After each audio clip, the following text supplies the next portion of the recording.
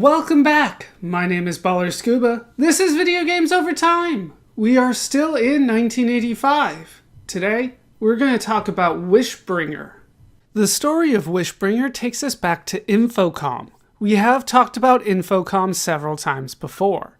They have been responsible for the Zork and Enchanter series of games. We last talked about Infocom in our videos on the Hitchhiker's Guide to the Galaxy video game. For Wishbringer, Infocom turned to Brian Moriarty. Moriarty was hired by Infocom in 1984. He had previously worked for Analog Computing Magazine, a magazine dedicated to Atari computers. While there, Moriarty wrote 2 text adventure games for the magazine.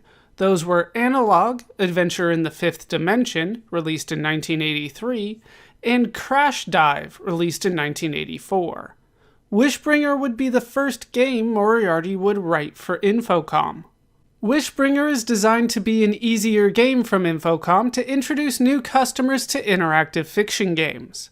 Moriarty suggested adding a magic ring or magic stone to the package, then began writing a game based on the magic rock. Wishbringer is an interactive fiction game. The player plays as a postal clerk in a fishing village. The player must deliver an important envelope to ye old magic shop. The player's journey complicates from there until the player must save the town. Infocom released Wishbringer on May 1st, 1985 in a release known as Release 68. That is a brief backstory to Wishbringer. With that told, it's time to look at the physical items that came with the game, known as feelies. The game comes with a small pamphlet named The Legend of Wishbringer. It says it is reprinted by the Historical Museum of the Festeron Free Public Library by Violet Voss, the curator. It is number 4 of the Local History series. The first page is a list of date stamps for each time the book has been checked out of the Festeron Town Library. It shows a history stretching almost 100 years. The next page is a title page. It reads, "A Moral History in Verse of the Magic Dreamstone, recently unearthed by the Society of Thaumaturgic Archaeology, and commonly known as Wishbringer, including a substantial body of hitherto unpublished discoveries regarding the mystical properties of said artifact."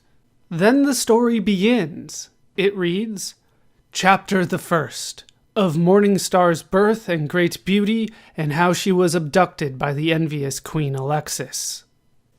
It happened in the reign of mighty Anatinus, king of Misty Island, that there was born into a peasant home a daughter, blessed with rare and perfect beauty.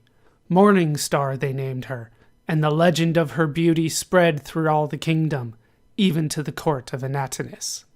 There beside the throne sat Queen Alexis, heavy-hearted, for her newborn daughter, cursed by fate and prophecy, was sightless. Loath the queen to look upon her blind child's face, and how the baby Morningstar, more beautiful and perfect, made her jealous.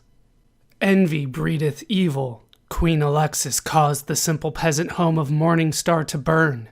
The sleeping family perished, all but Morningstar, who, being rescued by the queen's design, became her daughter, sight restored by prayer.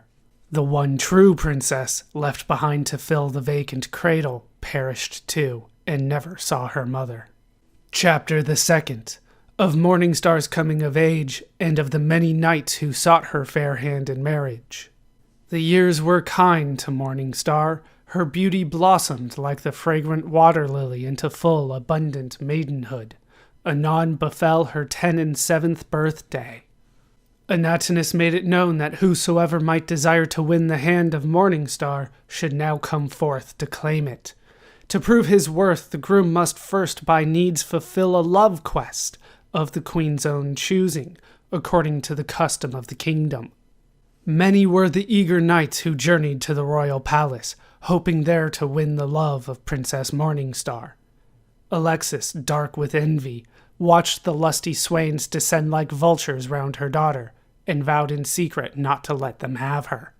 From the knights assembled, 6 were chosen, and stood before the heartless queen for testing. Chapter the Third, of the impossible love quests devised by the crafty Queen Alexis, and how the 6 knights fared by them. One brave knight, a lad but 1 in 20, was sent across the sea to beg Lord Nimbus, god of rain, to quench the thirsting fields of Frotson. But the god, not sympathetic, smote his vessel with a bolt of lightning. The second knight, a weapons bearer, strong of limb and spirit, scaled the mountain peak of Matterhorn to seek advice from spirits. The hopes of Princess Morningstar fell with him. A third knight ventured forth to try the fabled wings of Icarus and learn the secret method of their flight to please Alexis. But alas, the joyful knight, whilst soaring home to claim the princess, flew into the open maw of Thermofax, a dragon. Alexis sent the fourth knight deep into the mines of Mendon, there to slay a Gru and drag the carcass up where all might see it. But darkness overcame the hapless knight, who, lost without a lamp, was soon devoured. Another knight, the fifth, directed by the queen to steal the coconut of Quendor, chanced upon a lair of hungry implementors and did not foresee his peril. Lastly stood before the queen a gentle boy, no older than the princess.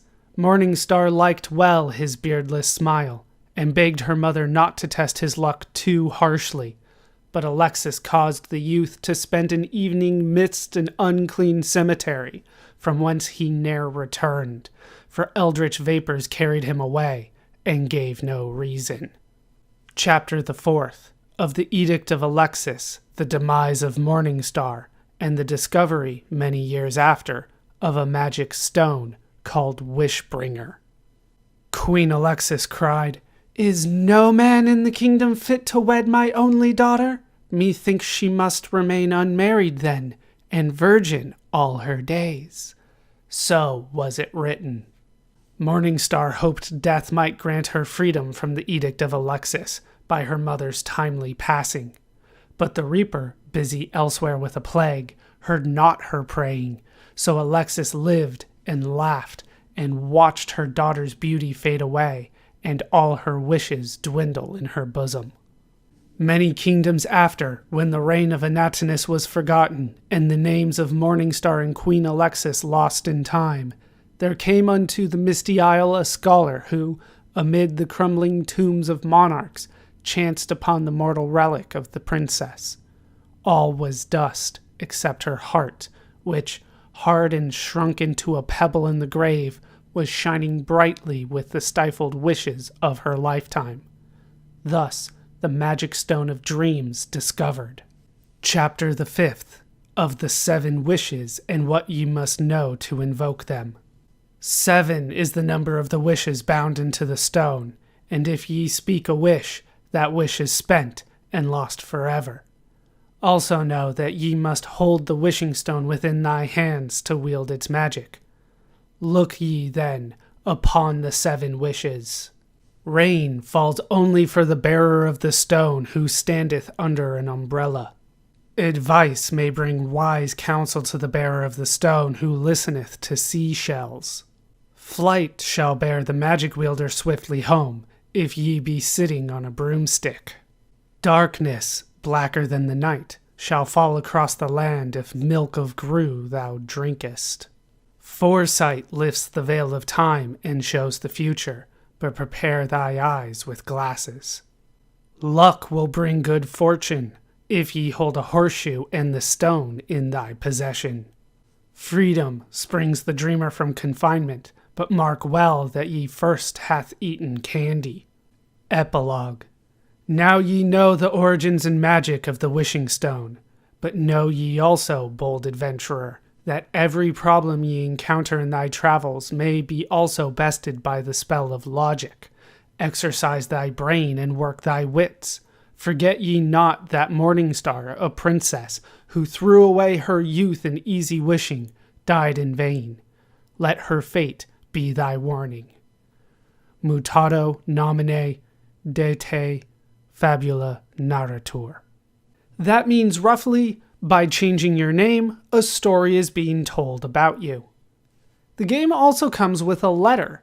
It reads, "So, you want to work for the post office, eh? Okay, sport. Take this letter over to the joke shop on the other side of town, And don't listen to the creepy old dame who runs the place. She'll go on and on about black cats, trolls, magic quests, and somebody she calls the Evil One. Says she's got a rock that makes wishes come true. Probably talks to UFOs, too. Be polite. If she offers you a gift, don't take it. And whatever you do, don't let her send you on any errands. The Boss. P.S. Better hurry. It's getting dark outside. There is another letter that comes with the game. It reads in messy writing, "Deliver the magic stone to me before the moon sets, or you will never see your cat again. The Evil One." There is an envelope in the same messy writing. It comes from the tower. It is addressed to Proprietor, Ye Old Magic Shop, North Festeron, Antharia, 2352-1. It is marked for special delivery. The game also comes with a map. It is titled Postal Zones, Festeron, Antharia, and Vicinity. There is a small caption at the top left. It reads, Primary Postal Grid.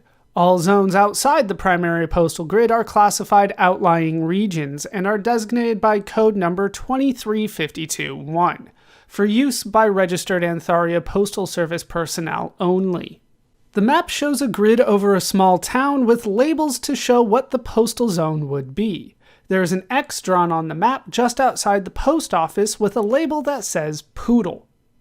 The game also comes with a small rock, which is the Magic Stone. The game also comes with a manual with instructions on how to play the game. Those are the feelies that come with Wishbringer. With those explored, it's time to play the game for ourselves. "Behind you!" cries the princess. "It's a trap!" Too late. The drawbridge crashes shut against the tower wall. You turn to face your enemy, and find yourself staring into the open maw of Thermofax. Only your magic sword can save you now. You swing it high, speak the word, and stand unhurt as the blade absorbs the searing dragon breath. The reptile bellows with rage and flaps its wings to fan the fire in its belly. You are advancing, sword poised to strike, when a familiar voice shatters the daydream and stays your mighty hand. And here we are in the game. This is Wishbringer, the Magic Stone of Dreams. Copyright 1985 by Infocom, as we have talked about. This is release number 69.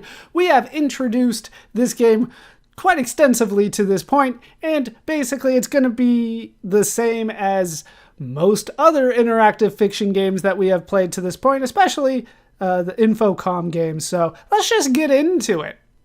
We're on the hilltop. You're on a hilltop overlooking the seaside village of Festeron. To the south stands the Festeron post office. It's a little brick building with a neatly trimmed lawn. The post office door stands invitingly open.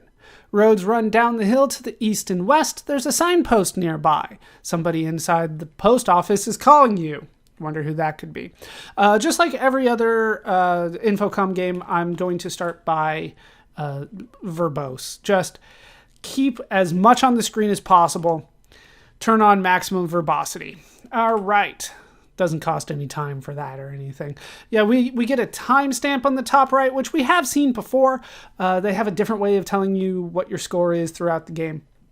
And we'll see how far I get. I haven't decided. We'll see how far we get today.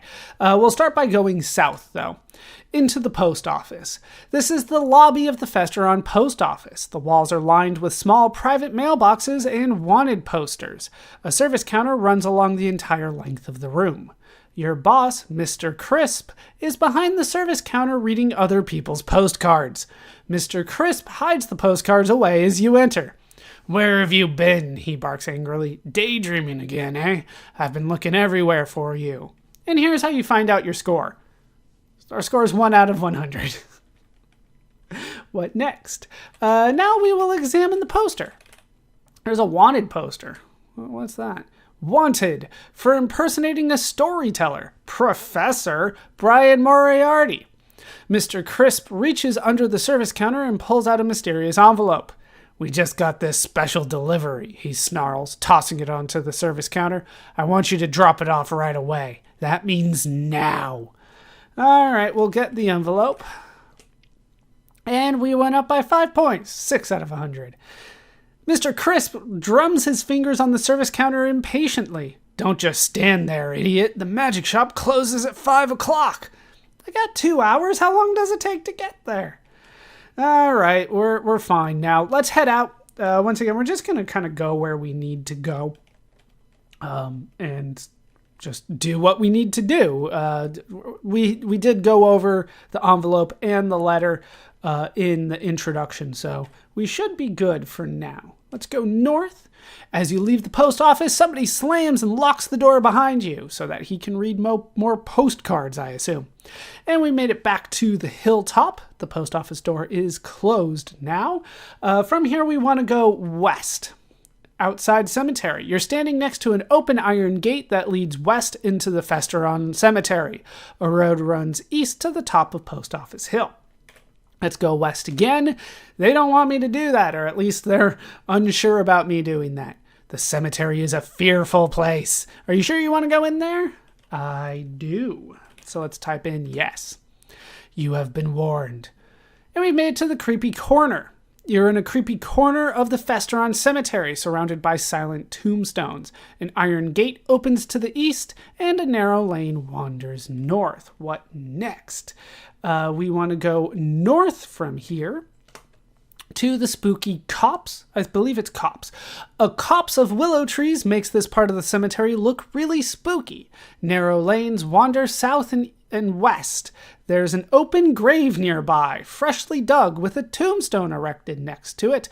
An old gravedigger is resting under a willow tree. The gravedigger nods a greeting as you approach. What next? Let's just ignore him for now and go west to the Twilight Glen.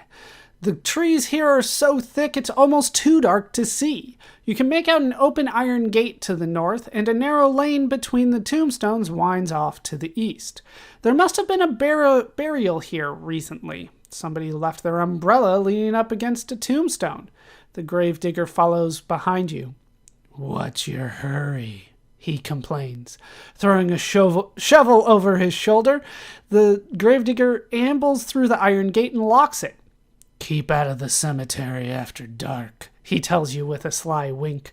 You can hear him chuckling as he disappears to the north. We did professional wrestling this year. I had to do my impression. It's not good. All right, let's get the umbrella. And then we can just kind of head back to the cops. And yeah, all right, no more what's next prompt anymore. That's fine. We figured out what we're doing. What we want to do now, though, is we want to head down into the open grave. That's a smart thing to do. You're at the bottom of an open grave, surrounded by 6-foot walls of dirt. There's an old bone here. Why is there a bone here? What kind of bone is it? The game doesn't let you know. Let's inspect the bone. You see nothing special about the old bone. I think there's something special about it. It's at the bottom of an open grave. We'll get the bone. Now we're up to 7. And then we can just climb out of here, luckily. With great difficulty, you managed to climb out of the open grave. All right, so now we kind of need to backtrack a bit. So we will go south, back to the creepy corner, east to the just outside the cemetery. Whew, that cemetery sure is spooky. East again to the hilltop. Post office door still closed, and we can go east again to outside the cottage. You're outside the cottage of Miss Voss, the town librarian, also the curator, if you remember correctly. The road turns north toward the village and bends upward to the summit of Post Office Hill. As you approach the cottage, you are greeted by the tiniest poodle you've ever seen in your entire life. It charges across the street, yapping angrily and showing its sharp little teeth. You can smell the poodle's hot breath as it yaps. That is an angry, small, and very close poodle. So we're going to give the bone to the poodle. I mean, that seems fairly obvious at this point, but I don't think the poodle should be rewarded. But maybe that's just me. The poodle tests the old bone with its tongue, lies down and begins to gnaw on it, keeping a red eye on you. And we're up to 10 points now for giving a human bone to a poodle. At least that's what I assume. Let's head north from here. The poodle yaps a threat as you back away. And we've made it to Rotary South. This is the south side of the Festeron Rotary. A road branches south towards Post Office Hill. The Festeron Public Library, famous for its museum of local historic artifacts, stands proudly on the nearby corner. Miss Voss, the town librarian, is locking the library door as you approach. "Just the person I was looking for," she exclaims, smiling brightly. We'll wait for her here. Miss Voss retrieves a violet slip of paper from the depths of her purse. "Be a sweetie and give this note to your dear boss, Mr. Crisp," she coos, holding the note out to you. "I'd be ever so much obliged." Did we make it to the Wizard of Oz ever so much? Okay, so we will get the note. I'm trying to figure out what order I can do things in here. We're up to 13. Miss Voss hurries away down the street. "Thanks, Toodaloo." She seems nice. Be nice to your local librarians. Most of them are nice. Most. From here we can go north. You're staying in a circular park surrounded by the Festeron Rotary. Walks converge from 4 directions on a shallow marble fountain filled with sparkling water. A statue stands in the middle of the fountain. I can save this, right? All right. We'll call it Wish 1. All one word. Just in case. Because I'm not entirely sure at this point. I want to read the note. And I think they'll allow me to do it without any difficulty, but I'm not sure. The name Corky is beautifully written on the outside. Open note. They won't let me do it. All right, fair enough. I was like, I'm not sure. Restore. Thank you. Using terms that you guys don't use yet. There we go. All right, I figured I would try to check for the note, but they won't let me do that either. The envelope we have done as well, and they won't let you really look at it and all that kind of stuff. But we're in the park outside of the fountain, so we'll examine the water in the fountain. You can see a gold coin and a gold fish in the fountain. Lots of gold in there. We'll get the coin. All right, 14 points now, and we can head west to Rotary West. You're on the west side of the Festeron Rotary. A street branches west towards the lake. The police station stands on a nearby corner. It's a modest little building with a sign over the open entrance. Let's go ahead and enter here. We've made it into the police station. You're in the front office of the Festeron Police Station. A modest jail cell is visible in a corner of the room. Don't show me a jail cell. Am I going to go in there? Sergeant MacGuffin, Festeron's finest, is nodding off behind a desk. You can see a piece of chocolate on the desk and a wanted poster taped to the wall. Sergeant MacGuffin opens one eye as you enter. MacGuffin's an interesting name. I think we've talked about it before. I believe it is coined by Alfred Hitchcock originally. MacGuffin is a term for a plot device, an item that basically solves all the plot's problems. Just you get it and you win. Game over. All that kind of stuff. I'm not sure why they would name the police officer MacGuffin. Might just be a reference, but he might solve all of our problems. Probably not. Okay, so now that we are inside, we can wait. Time passes. "Just drop my mail on the desk," Sergeant MacGuffin mummers sleepily. All right, we will drop the note on the desk. Not where it was supposed to go, but should be fine here. A voice crackles on the police radio. 10-4. Sergeant MacGuffin yawns. All right, that's what we need to do. We will wait around a little bit. Sergeant MacGuffin begins to snore softly.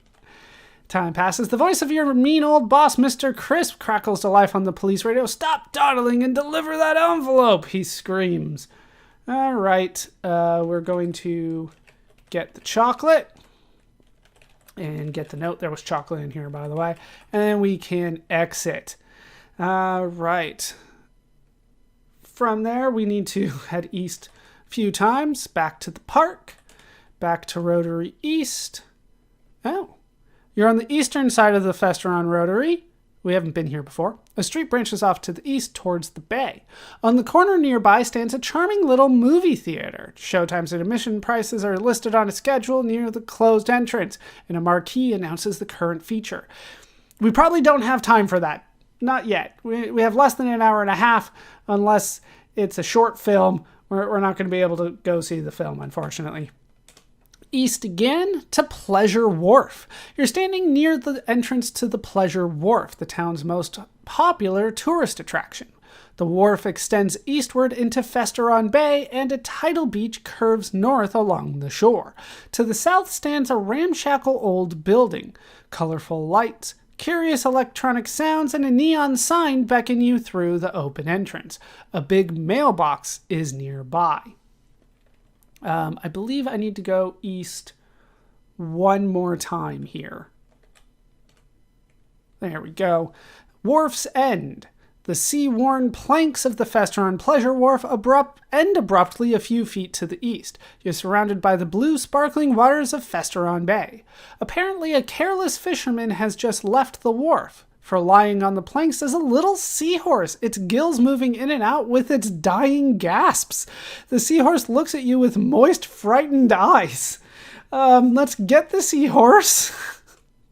Seahorse opens and closes his little mouth pathetically. Don't say it's pathetic. Put the seahorse in the water. Splash. The seahorse floats without moving for a few anxious moments, then it springs suddenly to life, circling and splashing joyfully in the waves. Before it swims away, it looks up at you with an unmistakable expression of gratitude. Yeah, we didn't get points for that, but why wouldn't I do that? Hooray, we've done it. All right, we're done here for a little bit. Let's head west a few times back to the park. Then we can head north from here to Rotary North. This is the northern side of the Festeron Rotary. A road leads north towards the river. On the corner stands a quaint village church. Its little white steeple is straight out of a country postcard. The church door stands invitingly open. All right, let's head north again to the south side of the bridge. This is the south side of a covered bridge that spans the Festeron River. Paths lead off to the east and west, and a road leads south to the village. Fair enough. Let's head west from here, then, to the river outlet. This is where the lake empties into the Festeron River. Doesn't seem like a very long river. A road leads south along the edge of the lake and bends east to follow the river bank. A narrow trail leads upward to the top of Lookout Hill. We need to go up from here to Lookout Hill. You're standing at the summit of a high, barren hill. Looking east, you can see Festeron Village nestled among the trees. A narrow trail winds down the north side of the hill towards the river. Crowning the hill is the stump of what must have been a very large and majestic oak tree. A horseshoe is lying in the grass near the stump. Well, that's supposed to be important, right? I believe that was for luck. There was definitely a spell that used a horseshoe. Okay, got the horseshoe. Let's head north from here to the river outlet. Apparently that's just kind of back where we were before. East to south of bridge. I didn't follow the math there, but that's what ended up happening. South of bridge, let's cross the bridge. You're on a covered bridge that spans the Festeron River. A sign hangs on an arch overhead. Let's go ahead and read the sign. Leaving Festeron, next time you're in town, visit our fun-filled Pleasure Wharf. I kind of did. Let's head north again to the north of the bridge. This is the north side of the Festeron Bridge. Sheer cliff walls rise abruptly to the north and west. A path wanders east along the shore of the river. Let's go east then. To the cliff bottom. You're at the bottom of a cliff that rises up from the north bank of the river. A steep trail winds upward. A gnarled tree trunk stands nearby, a lone branch its only adornment. All right, we will climb the trail. The trail you're climbing is narrow and twisty. It's a good idea to draw a map as you go up. Steep trail, like they flat out tell you to draw a map in this game. But you kind of always should in an Infocom game, but once again, they're introducing you to the concept. Steep trail. The steep rocky trail winds west and downward. We will go west. north and east. Let's go north. South and up. We will go up. East and down. We will go east. South and west. We'll go south. North and up. We will go up. All right, we made it. Cliff edge. You're standing high on a rocky cliff at the top of a steep trail leading downward. Looking southwest, you can see the shadow of Post Office Hill creeping along the village as the sun sinks into a bank of clouds. The peaceful scenery is disturbed by a tiny figure emerging from the distant post office. It stares in your direction for a few moments, checks its wrist, and shakes a threatening little fist at you. A little old-fashioned store stands nearby. Its brightly painted shutters and thatched roof remind you of something out of a fairy tale. A curiously painted sign over the front door reads, "The Old Magic Shop." It's 4 p.m. Better hurry. The magic shop closes in less than an hour. But we made it. Hooray. Let's open the door. A concealed bell tinkles merrily. Okay, the magic shop door is now open and we can enter. Magic shop. You're in the front showroom of the magic shop. Every inch of wall space is crowded with magic tricks, puzzles, and mystical paraphernalia. A glass case offers a selection of obscene jokes and naughty birthday cards. In the corner stands an ancient grandfather clock, its dial ornamented with a smiling crescent moon and other celestial symbols. The front door of the magic shop is wide open. At the west end of the room, you can see another exit concealed by a curtain. A sudden gust of wind slams the magic shop door closed. A concealed bell tinkles merrily. "Just a moment," cries a voice behind the curtain. All right, let's wait. The noisy tick of the grandfather clock is making you uneasy. Wait again. The curtain opens so quickly it makes you jump. The woman standing before you is older than your oldest aunt. Her thin, pale face and bony hands make her look fragile, like a fading signature in an antique book. But her eyes remember everything they have ever seen. Don't know how I can tell that, but okay. You appraise one another for a long moment before she breaks the ice. "Welcome in, welcome," she chortles. "Don't get many visitors this late in the day." The room seems oddly quiet all of a sudden. Let's give her the envelope. Give envelope to woman. Hooray, 20 points. The old woman turns pale as she takes the mysterious envelope from you. "It's been a long, long time since I last saw this handwriting," she murmurs, turning it over in her hands. "Hoped I never would again." She starts to open the mysterious envelope, thinks better of it, and hands it back to you. "Will you open it up and read it to me?" she pleads. "I'll never find my glasses in this mess." You are again holding the mysterious envelope. Is that something I want to do? I'm going to. I'm still not sure if I want to, though. You should now open the mysterious envelope in your Wishbringer package. So yeah, you can do it along with the game, but we kind of already read that, didn't we?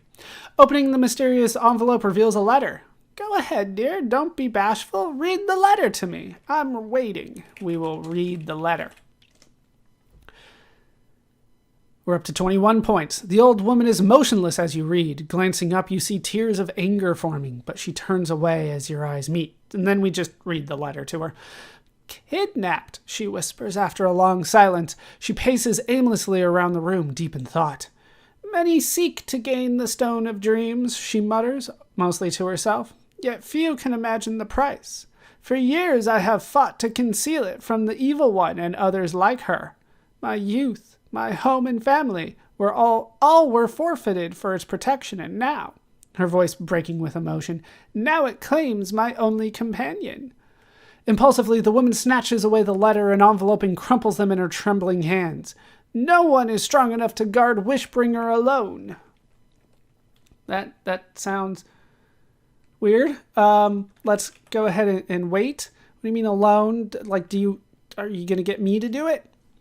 The old woman makes an effort to compose herself. "Thank you for coming all this way for me," she says, reaching up to a shelf full of cheap gags. "I know I'm not supposed to tip you, but take this little trinket anyway." The woman holds out a small metal can for you to take. "Well, my boss told me not to, so I'm going to get the can." Hooray, 24 points. It's getting dark outside, the old woman remarks, and you can almost hear the capital D. Maybe you should be getting back to town. I'll wait.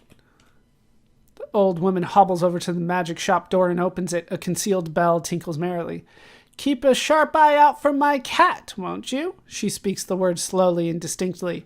Bring her to me if you find her. She's black as night from head to tail, except for one little white spot, right here. The old woman touches the middle of your forehead with her finger. The light outside dims suddenly, like a cloud passing over the sun. In the middle of the forehead? Black hat, white spot in the middle of the forehead. That does sound familiar to me. Honestly, I can't place it right now, but it sounds familiar. We'll actually wait again. Your body seems unwilling to respond. The old woman takes away her finger. Your forehead is tingling. The Stone of Dreams can help you in your search. I cannot reveal the place where I have hidden it, for the evil one would see your thoughts and take the treasure for herself. You must discover it alone and rely on legends to instruct you in its mysteries. As she speaks, the old woman gently leads you through the door of the magic shop. She pauses before closing the door. Return the cat to me, and Wishbringer shall be yours. Her name is Chaos. A concealed bell tinkles merrily. And we've made it to the cliff's edge. You're standing high on a rocky cliff at the top of a steep trail leading downward.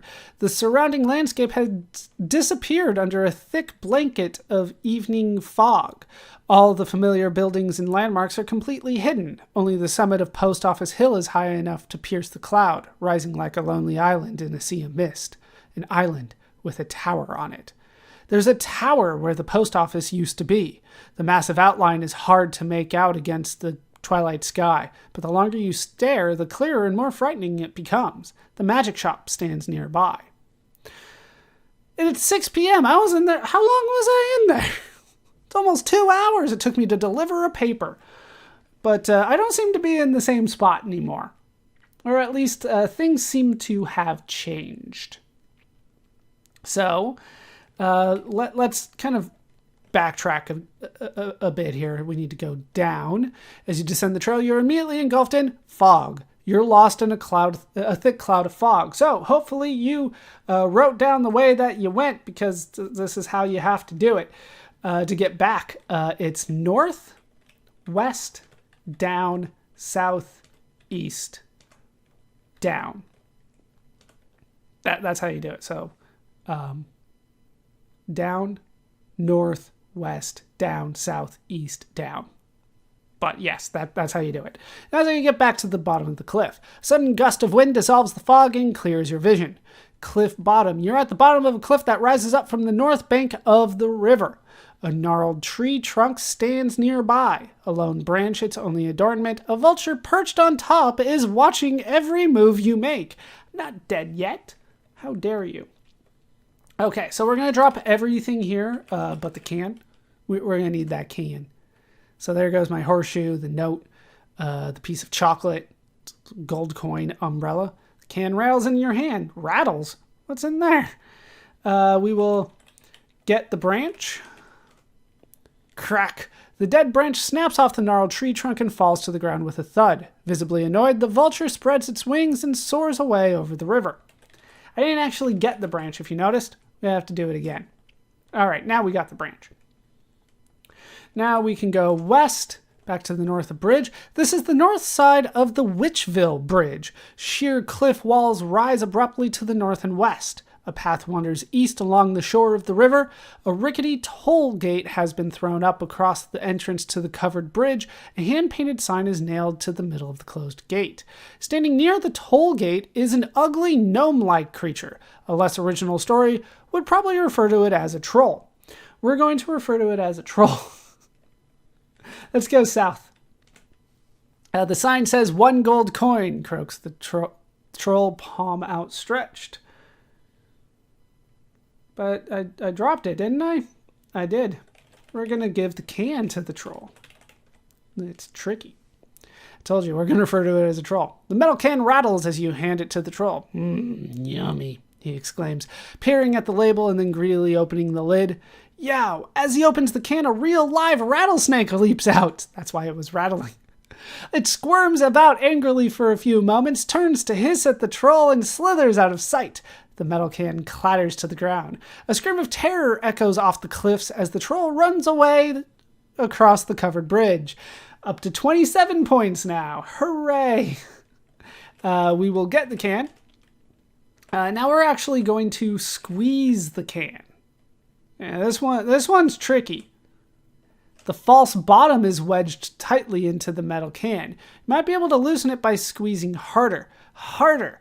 Pop. A small stone drops out of the squashed can and lands at your feet. A stone, you say? Let's go ahead and get that. And we go up by 5 points. We're up to 32 points. As your fingers close around the small stone, it begins to glow with an eerie violet-white radiance. Violet, you say, huh? But we do have now Wishbringer in our in our possession, even. If you haven't figured that out, that was Wishbringer. It was hidden in the can, like the whole time. All right, we're gonna open the toll gate at this point. All right, toll gate is now open. For whatever reason, I'm like, did I get points for that? No, I didn't. Let's head south to the bridge. You're on a covered bridge that spans the Witchville River. A sign hangs on an arch overhead. I'm going to read the sign.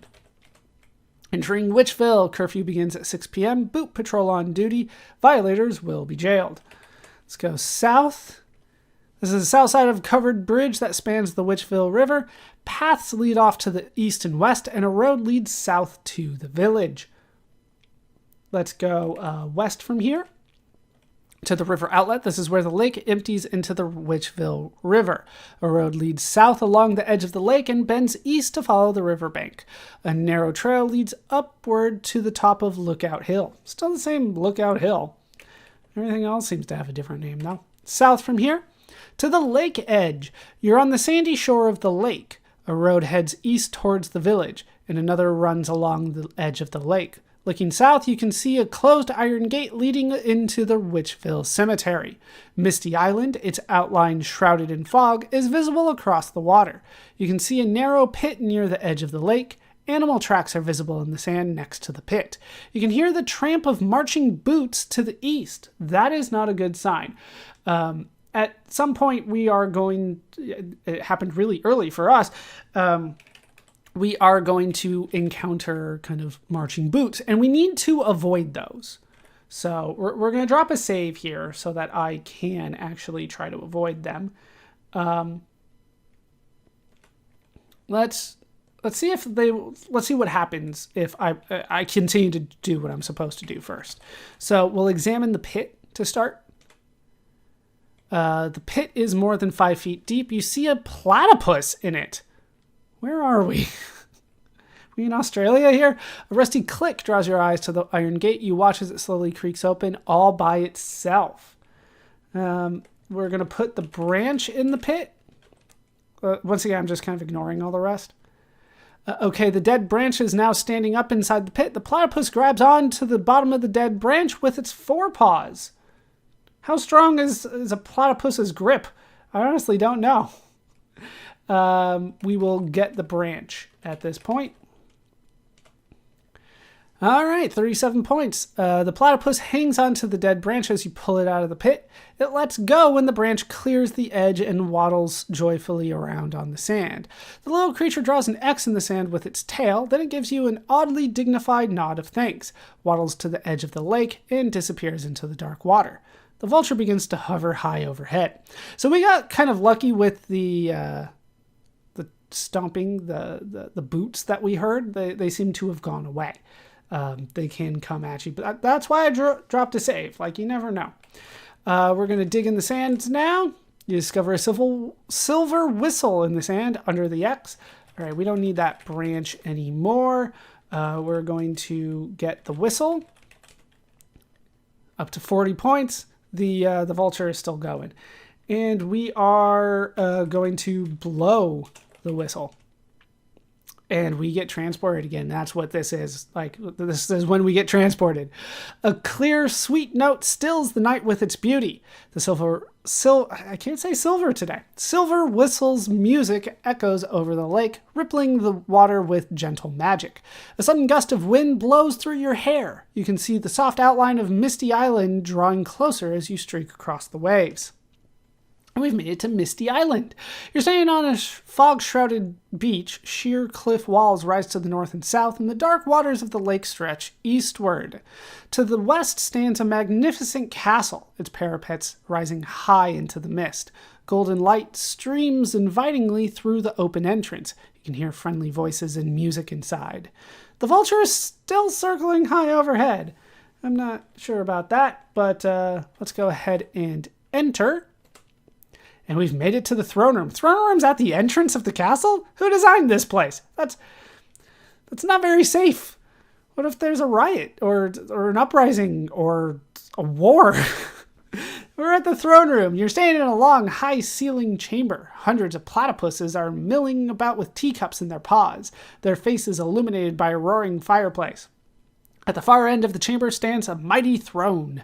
It's occupied by a snow-white platypus with a gold crown on its head and a jeweled scepter on its paw. On the floor near the throne is another crowned platypus, the same one you rescued from the pit. The crowd falls silent as you enter. "Welcome, brave adventurer," says the white platypus, rising from its throne to greet you. "I am Anatinus, king of Misty Island. My court thanks you most humbly for rescuing the life of my daughter, Princess Tasmania. Great would our sorrow have been if not for your cunning." The crowd applauds politely, and Princess Tasmania blushes. Anatinus, you say? That sounds familiar. Tasmania, I think, is just a reference to the island of Tasmania. But there you go. Let's go ahead and wait at this point. "My messengers have told me of your quest," continues King Anatinus. "Allow me to repay your kindness with words of advice." The old platypus motions you to his side. "The Tower of the Evil One is formidable," he begins in a low, serious voice. "You will never get inside unaided. Legends speak of a magic word that can open the gates of the tower, but what word it is, none can say." The king reaches beneath his throne and takes out a small wizard's hat. "Take this," he says, holding it out to you. I will go ahead and get the hat. Not the hat. And we're up to 41 points. "Take it to the sea," King Anatinus whispers as you turn the hat in your hands. "There you will find a creature learned in the lore of magic. Heed him well. In his wisdom lies your only hope." All right, we will wait again. A fanfare of trumpets breaks the silence, and the crowd falls to its knees. "Good luck to you, brave adventurer," cries King Anatinus, bowing deeply. "Now blow into the silver whistle one more time, and deliver us from the horror of the evil one." The platypuses look at you expectantly. Sure. Blow the whistle. And we get transported again. A clear, sweet note stills the night with its beauty. A sudden gust of wind rises out of nowhere, and Misty Island falls away beneath your feet. You feel the silver whistle slip from your hand as you streak across the lake. And we've made it back to the lake edge. You're staying on the sandy shore of the lake. A road heads east towards towards the village, and another runs north along the edge of the lake. Looking south, you can see an open iron gate leading into the Witchville Cemetery, Misty Island. Its outlines shrouded in fog is visible across the water. You can see a narrow pit near the edge of the lake. A dead branch is lying on the ground. All right, so this is about the halfway point. Checking my time. I think we can keep going. I think we can just do this all in one sitting. Let's go for it. Let's try to get captured at this point, I think is what we want to do. So let's go ahead and go east. West side of... so we made it to Rotary West. You're on the west side of the Witchville Rotary. A street branches west towards the lake. The police station stands on a nearby corner. It's a grim little building with a sign over the open entrance. Like, we can just kind of goof off at this point. Let's read the sign. Witchville Police Headquarters. Let's head east again. Standing in the circular park, surrounded by the Witchville Rotary, walks converge from four directions in a neglected marble fountain filled with greasy water. The statue stands in the middle of the fountain. Where are the people? You're on the eastern side. We're at Rotary East. At this point, I'm just kind of wandering. I'm not really going anywhere on purpose, just trying to find the troops. Street branches off to the east towards the bay. On the corner nearby stands a sleazy little movie theater. Showtimes and admission prices are listed on a schedule near the open entrance, and a marquee announces the current feature. Miss Voss, the former town librarian, is peering at you suspiciously. Ooh, evil librarian. Let's head east again. Pleasure Wharf. You're standing near the remains of the Pleasure Wharf. The wharf extends eastward into Witchville Bay. To the south stands a ramshackle old building. Colorful lights, curious electronic sounds, and a neon sign beckon you through the open entrance. A big mailbox is nearby. A voice behind you growls, "Feed me, I'm hungry." You turn to face the sound, but there's nobody here except for you.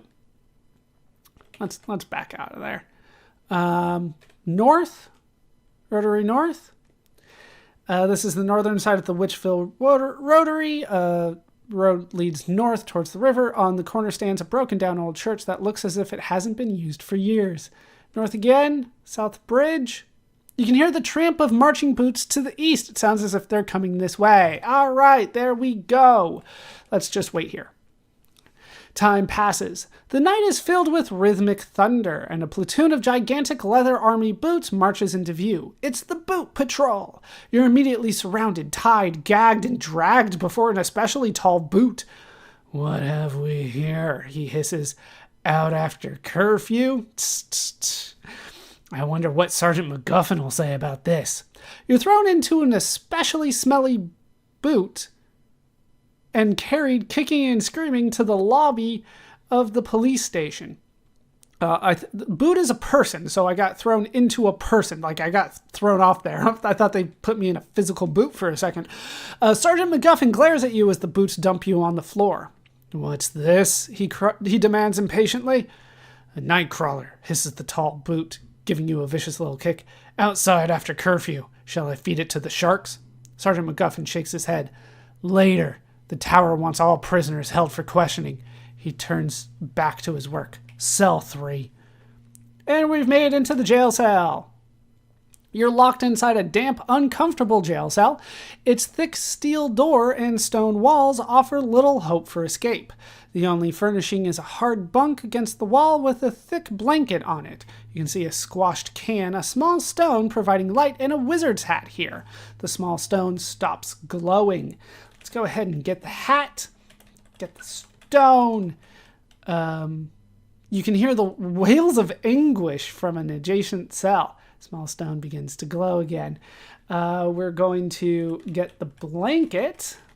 This is very important. Get the blanket. You get points for that, 44 points. Then we're going to move our bunk. Like, can't just figure out what to do in the jail cell. That's how you do this. Okay, you move the bunk away from the wall. There's a dark, narrow hole in the floor. All right, let's head down. With great effort, you manage to squeeze yourself into the hole. We're going to jailbreak immediately. We're underground. You're in a dark underground chamber. Cold tunnels wander away to the north and west. Faint light is streaming in from a narrow hole overhead. This is where we get to be careful. Let's go north. You're in a dark underground chamber. Cold, damp tunnels wander away to the south, east, and west. Let's go east to the Grew's Nest. You have stumbled into the nesting place of a family of Grews. Congratulations. Few indeed are the adventurers who have entered a Grew's Nest and lived as long as you have. Am I not already dead? Everything is littered with rusty swords of elvish workmanship, piles of bones, and other debris. A closed refrigerator stands in one corner of the nest, and something, a small, dangerous-looking little beast, is curled up in the other corner. The only exit is to the west. Hope you survive long enough to use it. Snoring fitfully, the little beast turns away from the light of the small stone and faces the wall. There's a Grew in here. We're going to cover the Grew with the blanket. Told you that blanket was important. Okay, the little beast is now covered with the thick blanket. The creature stirs restlessly for an anxious moment, then it settles into the comfortable darkness of the thick blanket, sighs gently, and lies still. 47 points. Like I said, we're almost halfway there, points-wise, but about halfway through the game overall. Okay, so we should draw a picture. What does the Grue look like? Save wish 3, and then examine Grue. What does the Grue look like? The little beast is covered with a thick blanket. Yeah, they don't really give you time to look at it. Of course not. All right, open refrigerator. A light inside the refrigerator goes out as you open it. Opening the refrigerator reveals a bottle and an earthworm. Get bottle and worm. Can I do that? Right. 50. Halfway there. The earthworm squirms with annoyance at your touch. I don't blame him. Let's head west. We can go south, east, and west. We'll go west again. All right, you're in a dark underground chamber. Cold tunnels wander away to the south and east. The surrounding walls are almost obscured by the roots of a mighty tree. Overhead, you can see the underside of a large stump. It appears to be hinged. Well, then, let's open it. Lifting the hinged top of the stump reveals a round hole leading upward into moonlight. Let's go up, then. We've made it to Lookout Hill. You're standing at the summit of a high barren hill. Looking east, you can see Witchville Village nestled among the trees. A narrow trail winds down the north side of the hill towards the river. Crowning the hill is the stump of what must have been a very large and majestic oak tree. An opening in the stump leads down into darkness. So remember that stump that we found before? Well, turns out it was a secret passage. We'll head north from here to the river outlet. We have seen that before. Let's head east to the south of Bridge. Go south back to Rotary North. We have seen that before. We'll go south, and now we're in the fountain again, the middle of the park. Let's examine the water here. You can see a brass token and a piranha in the fountain. We're going to put the worm in the water. Poor worm.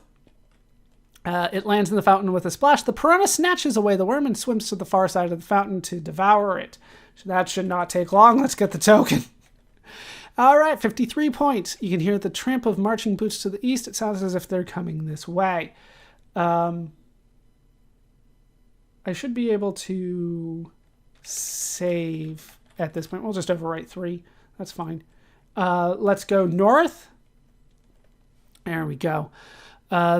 We're at Rotary North. We have seen that before. Notary is something different.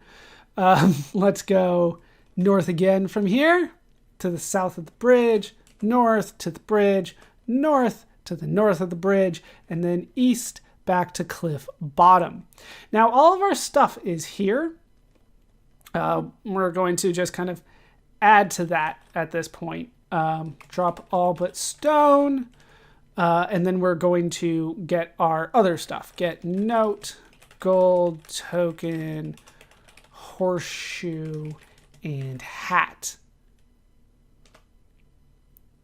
Got all of those. Is that everything?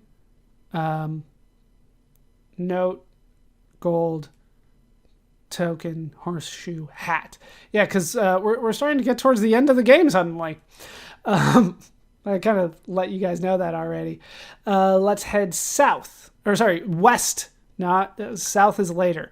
We're on the bridge, and then we can cross the bridge a couple times, making sure that nobody is following us. East to the rocky path. You're on a rocky path that runs east and west along the banks of the Witchville River. A shimmering trail leads south into a dense forest. We will head east again to the lighthouse. This is where the river empties into Witchville Bay. Path leads west along the riverbank. Broken down old lighthouse, barely 10 feet high, stands on the shore nearby. Perched on top of the lighthouse is a pelican watching you through half-closed eyelids. We're going to put hat on pelican. All right. Yeah, you probably didn't think of that, did you? The pelican sniffs the wizard's hat suspiciously. Its eyes open wide with interest, and the wizard's hat quickly finds a place on the pelican's head. Then the old bird gives you a sly, knowledgeable wink. All at once, the lighthouse blazes to life. Its shining beacon whirls like a gyroscope, and a pencil-thin beam of light pierces the sky and traces a word on a passing cloud. Fratto. Now, that changes every time you play, so you're going to need to remember that. Fratto. Hopefully I remember that. I haven't recorded if I've forgotten. The pelican spreads its wings and soars away over the bay. As the beam of the lighthouse fades, a voice in your head whispers, "Good luck, brave adventurer." And we're up to 58 points. Fratto. Okay. Let's go ahead and back out of here. Back to the rocky path. West again to the south of the bridge. That's not good, because I actually needed to go south, and the marching boots are coming from the south. Let's go west. We will save again. Wish 4. Can I go back east now? They're still blocking me here. West. South from here to the lake edge, and then east from here. There we go. Rotary west. I kind of had to go a little bit around. I believe I can go south from here again to Rotary South. This is the south side of the Witchville Rotary. A road branches south towards Post Office Hill. The Witchville Public Library, once famous for its museum of local historic artifacts, stands in a pitiful state of disrepair. Can I go east again from here? Rotary East. Yes, this is where I want to be, in front of the theater. The boots threw me off. All right, so what we want to do is buy a ticket. Miss Voss snatches away your gold coin with her bony fingers and hands you a ticket. And 61 points. You're now holding a ticket. Let's go ahead and enter. And we've made it into the theater lobby. You're standing in the lobby of the movie theater. A short corridor leads north into darkness. Sound effects and music can be heard drifting from down the corridor. The gravedigger is standing near the corridor, a large cardboard carton at his feet. Let's give the ticket to the gravedigger. He's our ticket taker today. The gravedigger takes the ticket, gestures absently to the empty carton, and leans back to daydream. Let's go north, and now we're inside the theater. This is a movie theater, unlike any you've ever seen. The seats are wide, deep, and comfortable. That's weird. The aisles are spotless, the air is clear of smoke, and the screen is dramatically large. A chill goes up your spine as you realize how alien your universe has become. That's weird. There's a noisy movie playing on the screen. A dark corridor leads out to the lobby. All you can see on the screen is a confusing double image. Okay, let's go ahead and look under the seat. This place isn't completely spotless. You just discovered a used pair of 3D glasses under a seat. The picture on the screen is fuzzy and hard to watch. Right, the double image. It's a 3D movie, so we need the 3D glasses. If you've never seen a 3D film before, you're not missing much. Most of them don't work that well, but we have one here. 3D's been around for a while. We will get the glasses. 64 points. The screen image is a meaningless blur of colored light. We will wear the glasses. Wow, as you put on the glasses, the picture on the screen fuses into a solid three-dimensional image. The movie screen shows an evil woman squinting through an antique telescope. A laboratory full of bubbling 3D chemicals is visible in the background. Yeah, a lot of times what ends up happening is that they just kind of do 2 layers, and like the further apart the layers are, the more closer to you it seems. But most 3D movies that I've seen, they're just layers. It doesn't really feel like it's jumping out of the screen. It just kind of feels like, well, that's in front of the other thing. Usually. At least that's how it works for me. All right, we'll watch the movie at this point. A 3D vulture lands on the woman's shoulder and croaks a secret into her ear. An evil eyebrow rises slowly as she listens. Oh no, she's evil. Okay, let's go south from here. Everything around you appears blurred and blurry. I'm like, that can't be right, but that's what it says. We don't need the glasses anymore. We're back in the theater lobby. Everything else is the same. Let's go ahead and exit. Yeah, we should be good at this point. Yeah, I have a save. We'll be fine. All right, back to Rotary East. Out of the corner of your eye, you notice Miss Voss squinting carefully at the gold coin you gave her. She looks at you suspiciously, picks up a telephone, and begins to dial rapidly. That does not sound good.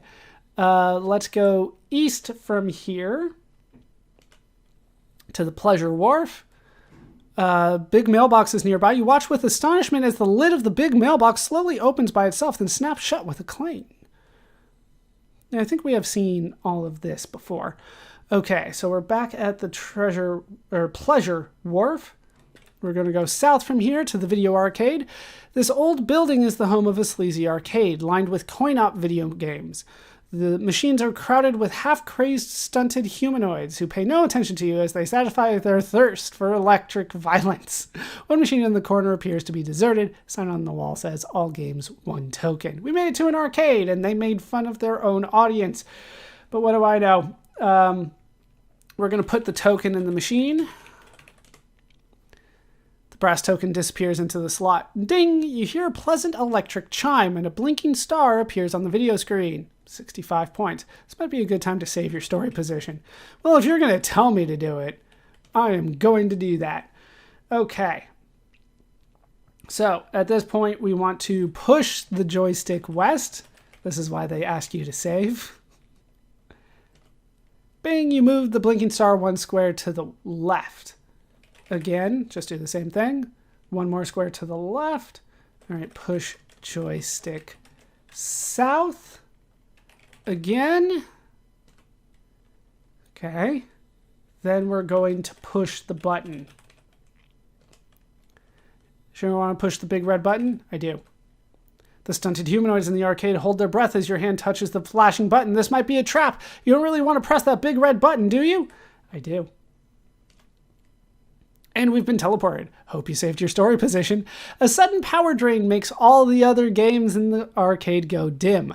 Blue sheets of energy leap from the game machine, surrounding you in an incandescent aura. You can feel your molecules being taken apart one at a time, analyzed, modulated, and broadcast through space. It is not a pleasant sensation. And we've made it on the hilltop.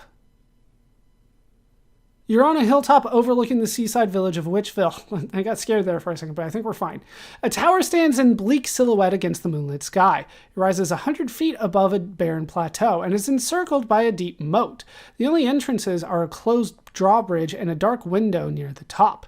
Roads run down the hill to the east and west. There's a signpost nearby. A synthetic voice says, "Game over. Insert token to play again." And we're up to 70 points. Yeah, I think we're good here. So we're at the drawbridge, and at this point, we need to say the magic word. So my magic word was fratto. So say your magic word at this point if you're playing along. Apparently I got a weird one. There's some common ones. I guess Kaluz and Sorkin are the common ones. I didn't get that. With a great creak of wood and rattle of chains, the drawbridge slowly lowers across the moat. All right, just went up by 3 points, up to 73. They're telling me to save again, so wish 6. Okay, so let's go ahead and enter the tower. We've made it to the vestibule. You're standing in a dimly lit vestibule just inside the tower's entrance. The drawbridge is opened across the moat to the north. A short corridor leads south into the tower. Turn back, brave adventurer. You stare in horror at the platypus chained to the floor. It's Princess Tasmania! No! Let's head south. Uh-oh, somebody's closing the drawbridge. Behind you, cries the princess. It's a trap! Too late. The drawbridge crashes shut against the tower wall. You turn to face your enemy and find yourself staring into the open maw of Mr. Crisp!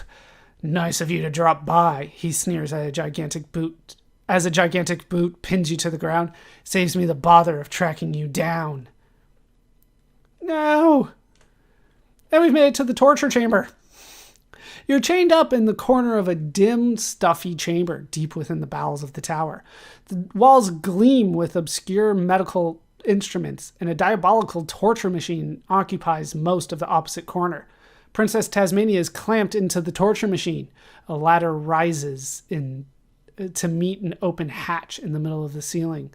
Mr. Crisp is fondling the instruments, one by one. Well, let's not hang around here longer than we have to. What we need to do is give the note to Crisp. After all, we said we were going to. Mr. Crisp takes the violet note and stares at it. His face turns pale. "Where did this come from?" he whispers, opening it. An unbearably sweet expression spreads over his face as he reads. The violet note falls from his hands. "I've got to run," Mr. Crisp cries, tossing his white lab coat into a corner and stuffing his shirt tails into his pants. "Violet scolds me when I'm late." He struggles into a hideous velvet blazer, pushes a comb through his hair, and scampers up the ladder like a little boy. The hatch closes with a hollow thud. Apparently they had a date or something. You can do better, Miss Foss, I think. All right, we're going to get the coat and rusty key. The white lab coat, the chain cut painfully into your wrist. As you strain to grasp the white lab coat, your fingertips brush against the collar. There, you got it. And we got the key. Up to 76 points. You hear the distant rattle of a drawbridge opening. Princess Tasmania breathes a sigh of relief. All right, let's pull the level. I think it's lever down. Oh no, my guide says level, so we're going to type in level. Yeah, I didn't think so. Pull the lever down. That's what I think they meant. You can't reach the lever while you're chained up. Is there more? Oh, I need to open the chains first. Release me from this torture machine, brave adventurer. The merest pull of the lever will gain my freedom. All right, we'll open the chains. Quick test shows that your hand won't unlock the chain. Open chains with key. There we go. 77 points. Only pull down this lever and I shall be freed. All right, pull lever down. The clamps on the torture machine retract and Princess Tasmania leaps off. She's free. Again, you spare my unworthy life, brave adventurer. The platypus humbly licks your shoe, to your considerable embarrassment. My father, King Anatinus, does not forget such kindness. The little creature produces a silver whistle from her gown and blows into it gently. A clear, sweet note stills the night with its beauty. Your journey is not yet ended, she warns as a whirlpool of colored light envelops her. But even if you fail, your deed shall live forever in our legends. Have faith. When the colors fade, Princess Tasmania is gone. All right, we will get the note. We will open the hatch. The heavy hatch opens reluctantly, and we will climb up. We're in the round chamber. You're in a round chamber at the very heart of the tower. The clammy stone walls are hung with a series of paintings, all the same size and identically framed. Years of neglect have blackened the art almost beyond recognition. In the corner is an open hatch. Peering downward, you see a ladder descending into gloom. A corridor disappears to the north, and a damp stairway winds upward into the tower. Well, let's climb up again. Fuzziness. Everything around you appears fuzzy and blurred. When we know what to do when that happens, we'll wear our glasses. All right. Wow, as you put on the glasses, the room fuses into a solid three-dimensional image. We're in the laboratory. The highest room in the tower is a laboratory, complete with bubbling chemicals and foul odors. An antique telescope is mounted near an open window to the north, and a control panel occupies most of the south wall. The only exit is a damp stairway leading downward. A black cat is sound asleep in the corner. There's a broom here. This is the scene from the film, isn't it? I recognize this. All right, we're going to turn the second switch off. Okay, the second switch is turned off. That gives us 80 points. I believe we were supposed to see that in the film. That point, we will go down. Do I need to get the broom? I don't need to get the broom, but the broom is useful for a magic spell if you need to use it. Okay, we will remove the glasses.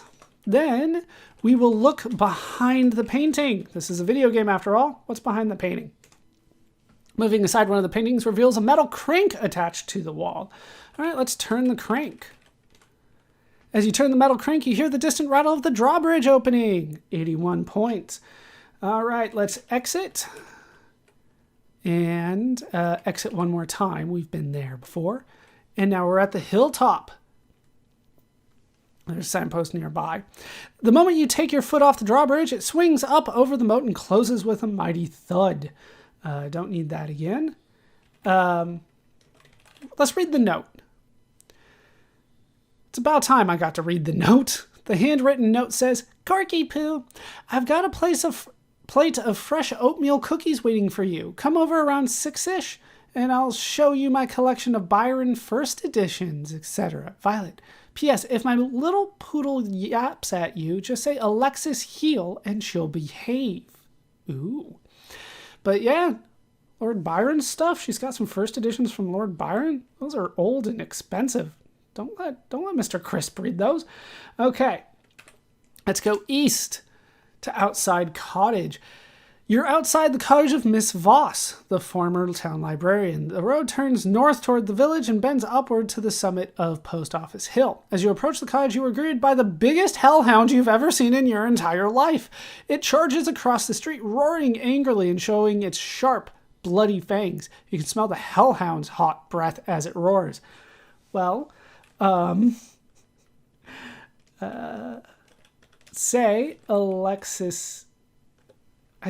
I think I can just... I don't think I need the quotes. Alexis heel. There we go. Alexis pricks up her ears at the sound of her name. She sits obediently at your feet, gently licks your hand, and thumps her big tail happily. 89 points. We're getting close now. Let's open the door. She licks our hands and... What? I don't understand. All right, cottage door is now open. That happened way too fast. Okay, then we can enter.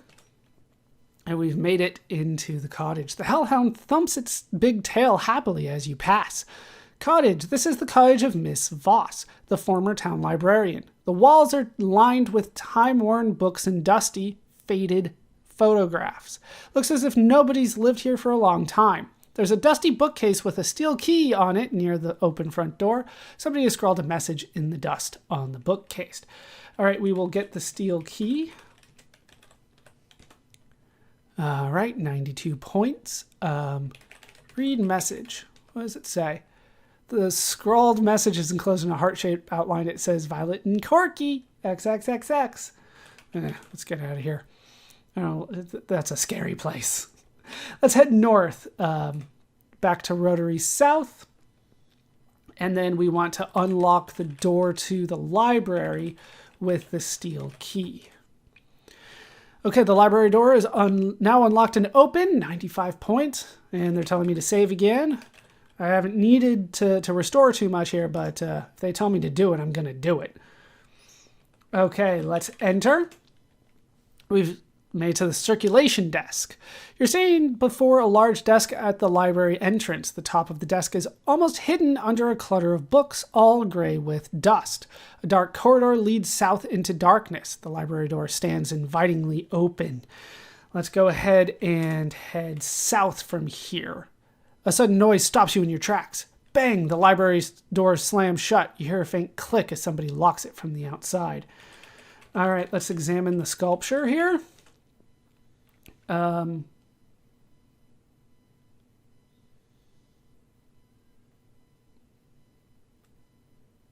Let's go south again. There we go. I'm like, I should be there. Apparently they did stop me in my tracks and I didn't get to go south. All right. Formerly a popular tourist attraction, the old Festeron Museum is in a sorry state. Many of the best exhibits have been carted away. The few remaining are sorely in need of renovation. There's a glass display case in the corner. You can see a sculpture in the case. Yeah, we've made it to the museum finally. Let's now examine the sculpture that is actually here. The black marble sculpture is about 14 inches high. It's exquisitely crafted in the likeness of a cat. You can see a round, shallow hole carved into the forehead of the sculpture. Ah, you guys putting stuff together here? All right, break the case with the horseshoe. I'm not sure that's lucky, but that's what we're going to do. Crash, you broke the display case open with the horseshoe. We're going to put the stone in the sculpture. Wishbringer glows brighter as it nears the sculpture. It looks like it will fit perfectly into the black forehead. Wait, commands a familiar voice. You turn and see the figure of an old woman standing in the darkness of the corridor. Your quest is ended, brave adventurer, says the old woman. The sculpture you see before you is Chaos, the cat which was stolen. Now give Wishbringer to me, and together we shall rejoice in your success. Do you still want to put Wishbringer into the sculpture? Yeah, I don't trust this one bit. I'm going to keep doing this. Put the stone in there. Don't, barks the old woman as your hand moves closer to the sculpture. Do you still want to put Wishbringer into the sculpture? If I wasn't sure before, I am now. We're absolutely putting things in there. No! A blast of magic shakes the building as Wishbringer touches the forehead of the sculpture. Violet sheets of energy, pure and brilliant, erupt from the very heart of the stone and illuminate the room like daylight. The woman's disguise evaporates in the glare. It's the evil one. Her mouth frozen open in a wail of despair as she fades into oblivion. The memory of that face will haunt your dreams as long as you live. You watch as the sculpture begins to soften in the radiance. It wriggles like a thing alive, leaps across the floor and disappears into a vortex of color. The library folds around you like the closing of a great book. And we've made it to the cliff edge. You're standing high on a rocky cliff at the top of a steep trail leading downward. Looking southeast, you see a friendly orange sun rising from a bank of morning clouds. We don't know the time yet. Post Office Hill is visible to the south, topped as usual by the Festeron Post Office. The magic shop stands nearby. A black cat is rubbing against your leg. It's morning, 6:01 in the morning. All right, let's knock on the door. We did what we were supposed to do. The door of the magic shop creaks open and the old woman dressed in a nightgown stands blinking in the morning sun. Who's there? The black cat leaps into the woman's arms. Chaos, she cries, laughing and sobbing all at once as the cat licks tears of joy from her face. At last, the old woman lowers Chaos to the ground and walks over to where you're standing, red with embarrassment. Now you know me for the old liar I am, she chuckles, clasping your hands gratefully in her own. I promised to give you Wishbringer, knowing full well that, if you succeeded, its virtue would be lost. In truth, the stone would make a poor reward, she continues, stooping to tickle the cat's white forehead. As you can see, it brings more joy in the shape of a companion than in any other. This is Wishbringer's finest magic. A pity that my sister, the evil one, did not know of it. The old woman touches the violet note in your hand. Make sure you give this to Mr. Crisp when you see him, she says with a sly wink, and tell him I said hello. Cradling Chaos in her arms like a child, the old woman ambles back into the magic shop. Farewell, she calls from the closing door, and the sunlight makes her face look young. Now you are a true adventurer. A concealed bell tinkles merrily. Congratulations! You've finished the story of Wishbringer! Your score is 100 points out of 100 in 207 moves. Alright, so we have beaten Wishbringer. That's the end of the story. It's a little cryptic, I think, the ending. But that is the game played. So with the game played, it's time to talk about how it holds up today. And I'll talk a little bit more about my thoughts then. Playing the game today, I definitely had fun playing Wishbringer. There's a lot to this game to enjoy. There's the easy kind of puzzle solving. There are puzzles. They do require some thought, but you can sort it out at the end, and that is nice. The fact that there is a plot, there's things that happen, and it really does push the player forward. There are some great scenes, I would say, in this game, and I wouldn't necessarily say that other games really did have scenes, but there were scenes in this game. You would be transported, you had kind of the scene with the torture with Mr. Crisp, you had the town changing, you had the platypuses. By the way, Anatinus is, I believe, the species name for platypus, so like it was always kind of there. And yes, the story that we started with, they are about the platypus. The platypi? Platypuses? I'm not sure. Let's go with platypi. It sounds better to me. But the game did have some twists. It had some turns. It had a compelling story. With that said, I felt that there were definitely more details that could have been filled in. The plot or the settings of where we were going, I felt needed a bit more description.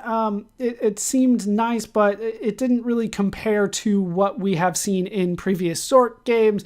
Everything was just kind of there. It wasn't necessarily described well, so it was a little harder for me to get sucked into kind of the realm of this game when it came to the setting and seeing where I was going. I also feel that there could have been more to the plot, more fleshed out stories, if that's the way that we're trying to go.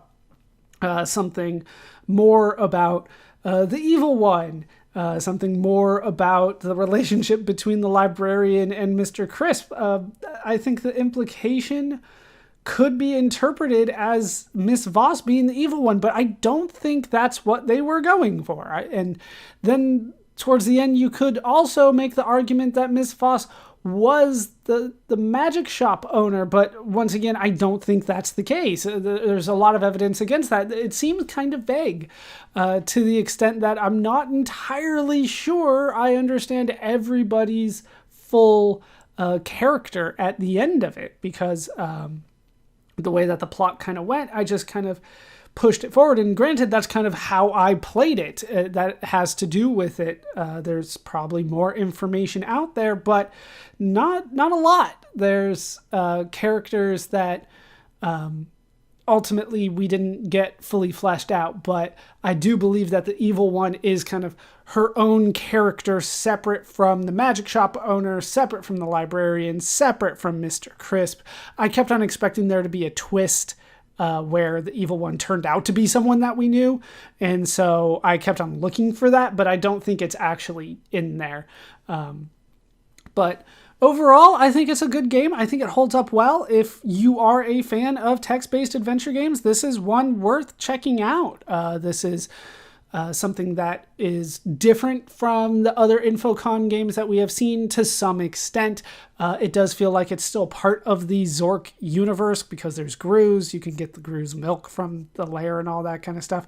Really only 3 of the 7 spells, I believe, actually solve problems for you. The rest are just kind of there to help, but they don't necessarily solve the problems. You can get the broom, you can cast all the spells, but every time you cast a spell, it docks you points. And I think that is something that I don't enjoy from the game. I feel like if you're going to make the game all about this stone and how it grants wishes, let me grant a few wishes without taking points away from me. But no, not how the game is designed. You need all the power to be put into the cat. But overall, I think this is good. It borrows from fairy tales, mostly I would say like Grimm's fairy tales. But overall, good. And like I said, if you already know that you're interested in text-based adventure games and the interactive fiction games, this is definitely one worth checking out and playing for yourself. If you're not interested in text-based adventure games and playing those yourselves, then you probably already know that you're not interested in this one. And that's my modern take on the game. When the game was released, Wishbringer proved to be popular. It would become one of Infocom's best-selling titles, selling around 150,000 units. The critics at the time also enjoyed the game, rating the game well in their reviews. Wishbringer would be re-released, and a novelization for the game would be released. We will briefly mention these in the future. Infocom, with another success on their hands, would continue to be a leader in the interactive fiction market. We will hear from Infocom again in the future as well. Brian Moriarty would continue to work at Infocom creating interactive fiction games. We will hear from Brian Moriarty again as we continue as well. That will do it for the story of Wishbringer for now. My name is Baller Scuba. This has been Video Games Over Time. Thank you so much for watching, and I hope to see you in our next video when we take over Europe.